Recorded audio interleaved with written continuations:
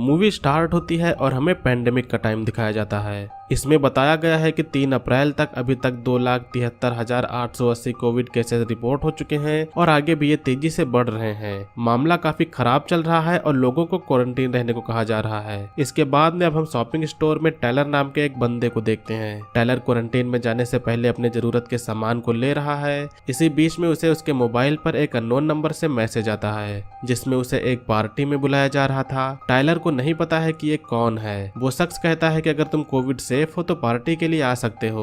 Tyler इससे गुस्सा हो जाता है और वो उसे अब्यूज करके कन्वर्सेशन एंड करता है। लेकिन कुछ समय के बाद में उसे एक पिक रिसीव होती है जिसमें उसे पता चलता है कि वो शख्स उस पर नजर रखे हुए है। टाइलर इसके बाद में अब जल्दी से यहाँ से निकलकर अपने घर की ओर जाता है। घर आने पर जब वो टीवी पर कोविड से मरने वालों की न्यूज देख रहा था तो इससे वो काफी परेशान था। लेकिन इसी बीच में अब अचानक से उसके पीछे से उस पर कोई हमला करता है। ये जो किलर था उसने मास्क पहना हुआ था और वो टाइलर को मारने की कोशिश करता है। टाइलर अपने बचाव में है लेकिन अंत में वो मारा जाता है। तो आखिरकार टाइलर मरा क्यों है इसका पता हमें वीडियो में आगे चलेगा। सीन शिफ्ट होता है और हम पार्कर नाम की एक लड़की को देखते हैं। पार्कर और उसकी फ्रेंड मेरी इस समय पैंडेमिक से बचने के लिए क्वारंटीन होने जा रहे हैं और क्वारंटीन की जगह के लिए पार्कर ने अपने लेक हाउस की जगह चुनी है। पार्कर जाने से पहले वो अपनी एक फोटो लेके इंस्टाग्राम पर अपलोड कर देती है। अब दोनों लोग यहाँ से निकलने के लिए रेडी हैं और कुछ ही टाइम के बाद में वो लोग जल्द ही लेक हाउस पर पहुंच जाती हैं। मेरी इस जगह पर आके काफी खुश है। दोनों लोग घर के अंदर जाती हैं और क्वारंटीन होने के लिए ये जगह बेस्ट है क्योंकि इस घर के आसपास दूर दूर तक कोई भी नहीं है। पार्कर जब अपने सामान को एडजस्ट कर रही थी तो उसे इसी दौरान एक अननोन नंबर से मैसेज आता है। मैसेज में लिखा था कि क्या तुम मजे कर रही हो।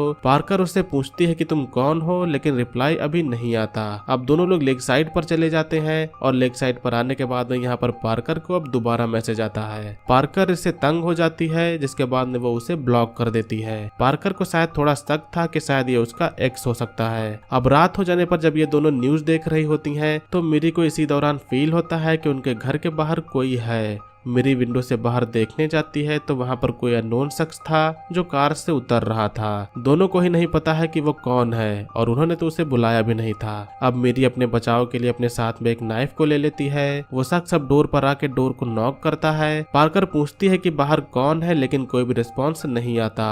पार्कर अब डोर खोलती है लेकिन बाहर यहाँ पर कोई भी नहीं था और अब जब ये दोनों बाहर देख रहे होते हैं तो कोई शख्स अंदर से आके इन दोनों को चौंका देता है। पार्कर को अब पता चलता है कि ये उसका एक्स है जिसका नाम डीजे है। पार्कर उससे पूछती है कि जब वो डोर पर था तब उसने कुछ जवाब क्यों नहीं दिया तो वो कहता है कि वो अपने बॉस के साथ में फोन पर बिजी था। पार्कर पूछती है कि वो यहाँ पर कैसे आया तो डीजे उससे कहता है कि उसने उसके इंस्टाग्राम पर पोस्ट देखी थी और इस लेक हाउस पर तो वो उसके साथ में पहले भी आ चुका है। दोनों ही यहाँ पर क्वारंटीन होने के लिए आई थी और वो नहीं चाहती थी कि उनके अलावा यहाँ पर कोई और आए। लेकिन अब जब डीजे यहाँ पर आ ही गया है तो वो भी इन्हें ज्वाइन करता है। तीनों अब साथ में बॉनफायर एंजॉय करते हैं और साथ में पार्टी भी करते हैं। अब रात ज्यादा हो जाने पर डीजे पार्कर से एक इंस्टाग्राम पोस्ट के बारे में पूछता है जिसमें पार्कर बेंजिन नाम के लड़के को किस कर रही थी। पार्कर बताती है कि वो उसे पार्टी में मिला था। डीजे पार्कर के साथ में फिर से रिलेशनशिप में आना चाहता था लेकिन पार्कर ऐसा नहीं चाहती थी। इसके बाद में पार्कर अपने कमरे में चली जाती है और डीजे बाहर कार से अपना सामान लेने चला जाता है। इसी बीच में हम देखते हैं कि जब डीजे अपने कार से सामान को उतार रहा था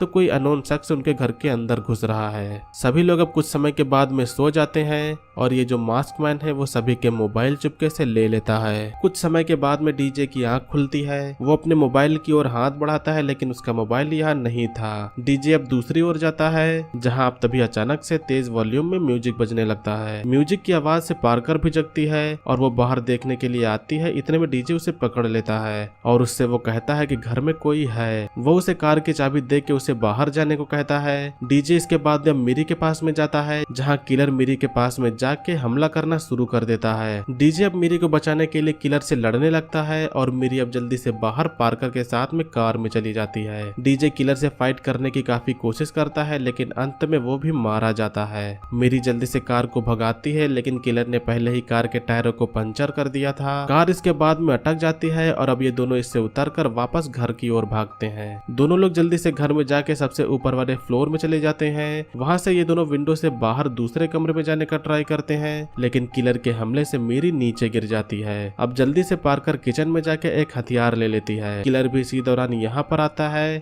लेकिन पार्कर उससे बचने का ट्राई करती है। दोनों के बीच में यहाँ पर हाथापाई शुरू हो जाती है, जिसमें आखिरकार पार्कर एक लैंप से किलर का सर कुचलने में कामयाब हो जाती है। लेकिन इसी बीच में अब यहाँ पर एक दूसरा मास्क मैन आता है। पार्कर को समझने में ज्यादा देर नहीं लगती कि यहाँ पर 2 किलर हैं। पार्कर अब जल्दी से दौड़कर मीरी के पास में जाती है। मीरी यहाँ पर घायल पड़ी थी क्योंकि उसका पैर टूट गया था।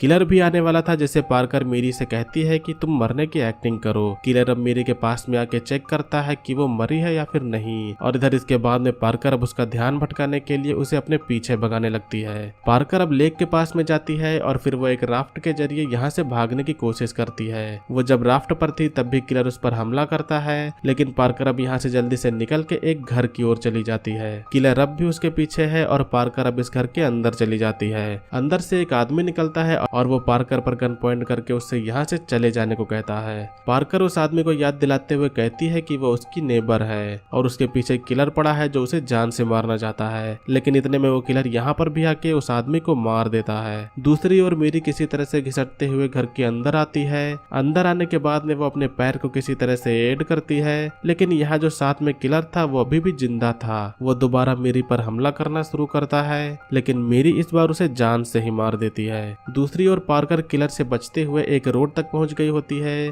वो एक कार को रुकाकर हेल्प के लिए कहती है, लेकिन लेडी उसे अंदर नहीं ले रही थी क्योंकि यहाँ पर पार्कर ने मास्क नहीं पहना था। इसके बाद में वो लेडी अपना मास्क पार्कर को दे देती है, लेकिन मास्क लगाते ही पार्कर बेहोश हो जाती है। अब सीन कट होने के बाद में हमें फिर से घर पर दिखाया जाता है। घर पर पार्कर को वापस लाया गया है और ये जो लेडी थी वो भी किलर से मिली हुई है। एक्चुअली ये जो किलर है वो उसका हस्बैंड है। किलर का नाम जैसन है और उसकी वाइफ का नाम पमेला है। जैसन कहता है कि जो लाश किचन में पड़ी है वो उसके बेटे की है। पमेला पार्कर का कोविड सैंपल लेती है और अब इसके बाद में जैसन पार्कर को उसकी इंस्टाग्राम पोस्ट दिखाता है जिसमें वो एक लड़के को किस कर रही है। इस पोस्ट में पार्कर ने कैप्शन में पैंडेमिक का मजाक बनाते हुए हैशटैग का यूज किया था और वो इस चीज को सीरियसली नहीं ले रही थी। पोस्ट में जो लड़का है वो इनका छोटा बेटा बेंजी है। पार्कर को पहले कोविड था जो ये बेंजी को भी हो गया था, जिससे कुछ दिनों पहले बेंजी की मौत हुई है। पार्कर कहती है कि वो पॉजिटिव नहीं है, जिसके बाद में पमेला ने जो सैंपल लिया था वो उसे पार्कर को दिखाती है जिसमें वो अफेक्टेड है।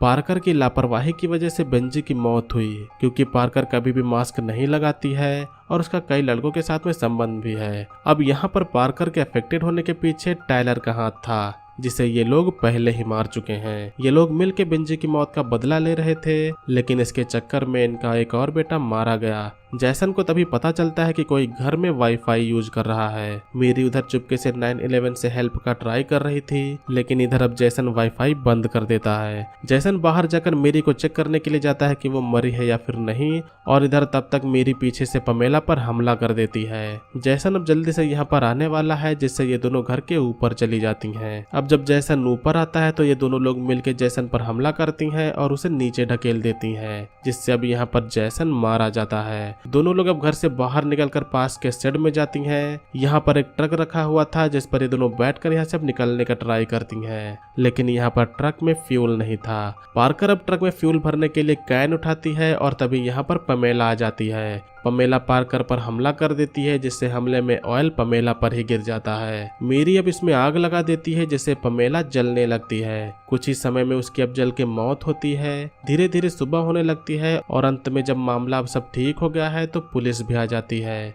पुलिस की टाइमिंग भी काफी अजीब है और इसी के साथ में मूवी का एंड होता है। सो दोस्तों, ये थी 2022 की एक हॉरर मिस्ट्री मूवी का एक्सप्लेनेशन। मूवी का नेम है सिक। उम्मीद करता हूँ कि आप लोग ने मूवी का एक्सप्लेनेशन को एंजॉय किया होगा। मूवी का एक्सप्लेनेशन आपको पसंद है तो वीडियो को लाइक करिएगा। चैनल पर अगर आप लोग नए हो तो सब्सक्राइब करिएगा। आज की वीडियो के लिए बस इतना ही, मिलेंगे अगली वीडियो में। तब तक के लिए बाय। जय हिंद, वंदे मातरम।